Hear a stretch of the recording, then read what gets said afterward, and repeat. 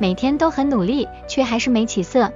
上周四晚上，林淑芬，一位在新庄卖保健品的妈妈，坐在桌前盯着荧幕发呆。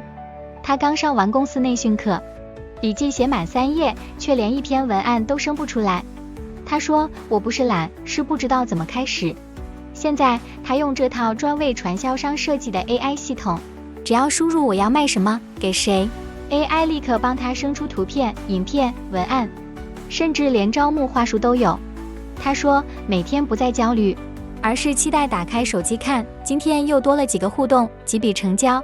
你也一样，不是做不到，是你该换个方法，让 AI 成为你最强的拍档，现在就开始。